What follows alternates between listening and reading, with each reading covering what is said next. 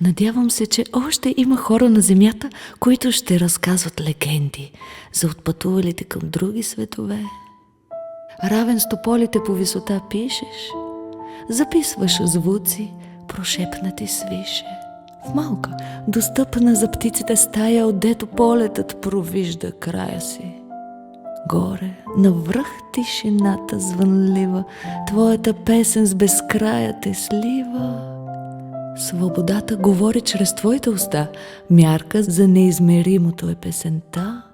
Прелитаща от звезда на звезда, прелитаща от звезда на звезда. Топус за краката ни вързан земята е, и разбойници бивши, или кандидат богове, тичаме към летящи разпятия. За Голгота никой не мисли, а тя връхлетя.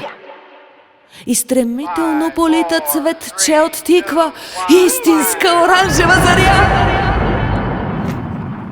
Прозрачно ясна бе уж небесната пустота. Само ние нямаме на кого да се молим. Под това небе празно, над свистящото като пумпъл кълбо, стоим сякаш пред военна комисия голи. Всеки сам си е дявол, сам си е Бог. Надявам се, че още има хора на Земята, или поне легенди за отпътувалите към други светове. Ще се правят открития, ще се откриват заблуди, ще се блуждае сред открития, но ще се приближаваме към абсолютното, което може би ще се окаже просто като точка от пресичането на две прави. Най-устойчивата е кръглата форма, но тя е вследствие на въртене около себе си. Излезте от кръговете на своите планети! Запазете наследствения магнетизъм на хемоглобина и мозъчните клетки към други хора и към други звезди. Докажете крайността на Вселената!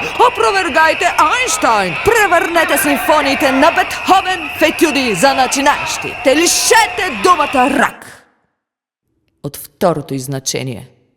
Намерете петата посока на света! И ние, хората, ние също сме галактики. Ние също имаме спътници. Ние също имаме пръсти. И тези пръсти ловко държат нож. И тези пръсти ловко натискат спусък. Надявам се, че още има хора на Земята. Ако трябва да се откажа от нея, тогава в полза на кого ще се откажа аз, чия ще е третата планета от Слънчевата система, ако не е моя?